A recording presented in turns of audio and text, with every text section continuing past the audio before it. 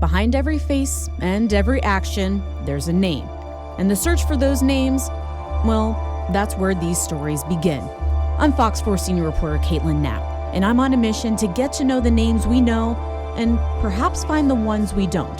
Along with detectives working in the same communities you call home, we're all working to find answers and closure in these sunshine crimes. Not every cold case starts with a murder and ends with a search for a killer. This one is about the kidnapping of 3-week-old baby Bryan 18 years ago. He's an adult now, and Fort Myers cold case detectives believe that he's still out there, somewhere, alive. On November 3rd, 2006, Maria dos Santos Ramos brought baby Bryan into the world. He's their first child. But not even a month later, Their entire world was just shattered. on December 1st, baby Bryan, Maria, her friend Janice, and her baby girl walked to the Family Health Center in Fort Myers before heading to this bus stop on Cleveland and Edison. Out of nowhere, a black SUV pulled up. This is where the unsub's vehicle came in to stop and ask them for directions. Unsub, or the unidentified subject, was a woman who asked how to get to Pine Manor. Fort Myers cold case detective Richard Harrison and Michael Iarasi say the women were offered money to help, but they said no.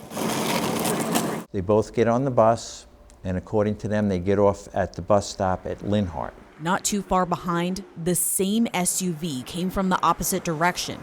The detectives say it was a 98 or 99 black Ford Explorer. But I wouldn't know why the unsub would know that they would get off this particular bus stop, unless she was following the bus. Harrison says the woman then followed them here. And this was their house, 43. She asked them, again, to help her get to Pine Manor. Both women, Janice and Maria, get into the back seat of the SUV with their children. As they were driving, the woman told Maria and Janice she gave birth to a baby boy 11 days ago.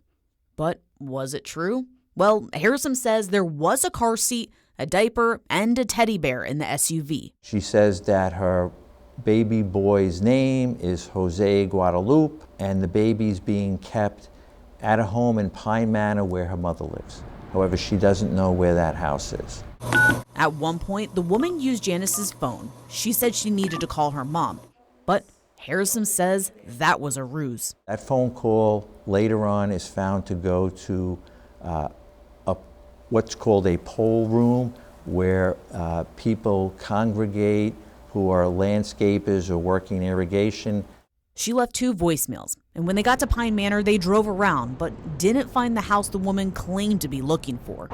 So the driver took Maria and Janice back home. Harrison says Janice and her daughter were told to get out. Maria is told to stay in the car with baby Bryan. Then the woman takes off and makes a right. Janice frantically flagged down a father and son who followed the SUV, but ended up losing them in traffic. The SUV was caught once on camera here, going south on Cleveland, before it stopped at this Estero church. She says that the unsub has a knife in her hand and threatens to hurt her if she doesn't get out of the car. Maria got out, and the woman gave her 5 quarters to make a call so she can get home. Home. Without baby Bryan. In a second, he was gone, and that's where the manhunt for Bryan began. Some of the characteristics of this case are extraordinary. There was a lot of speculation in this case. Theories the detectives say could get in the way of a good investigation. Is there any reason to believe that baby Bryan was targeted? We don't know that. We know back in 2006, they both the mother and father did come into the country via coyotes. But they question why coyotes would kidnap a baby.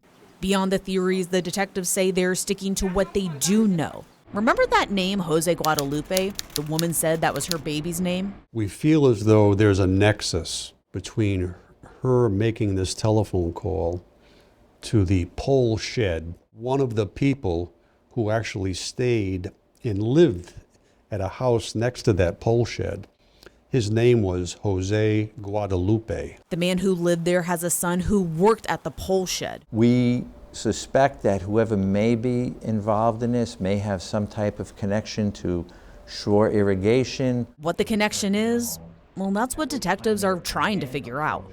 Again, we enhanced the voice message that was left. They're also looking to identify her. the woman who Maria says kidnapped Bryan. Detectives are also looking at prior kidnappings around the country. This helps us gauge what we're looking for and, has someone done it before? There's reason to believe this woman did in Fort Myers. That's because the same day Bryan was kidnapped, another woman reported a similar crime. A woman in a black SUV went up to her and asked for directions, but she did not get in the car. And remember those quarters? Well, the detectives are sending them off to test for DNA, along with Maria's dress. But the main goal, find baby Bryan. We haven't uncovered anything that says Bryan is deceased.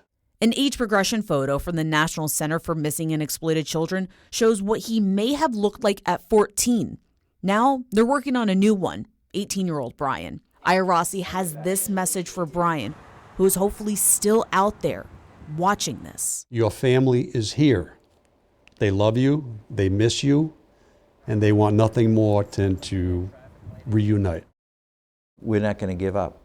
Detectives say if Bryan takes an ancestry test, he would pop into the system. As for those enhanced messages and the new picture of Bryan, well, we're still waiting for those to be released, and I'll bring that to you when I do get those. But for now, if you know anything about the kidnapping of 3-week-old baby Bryan, you're asked to call Fort Myers Police. In Estero, Caitlin Knapp, Fox 4.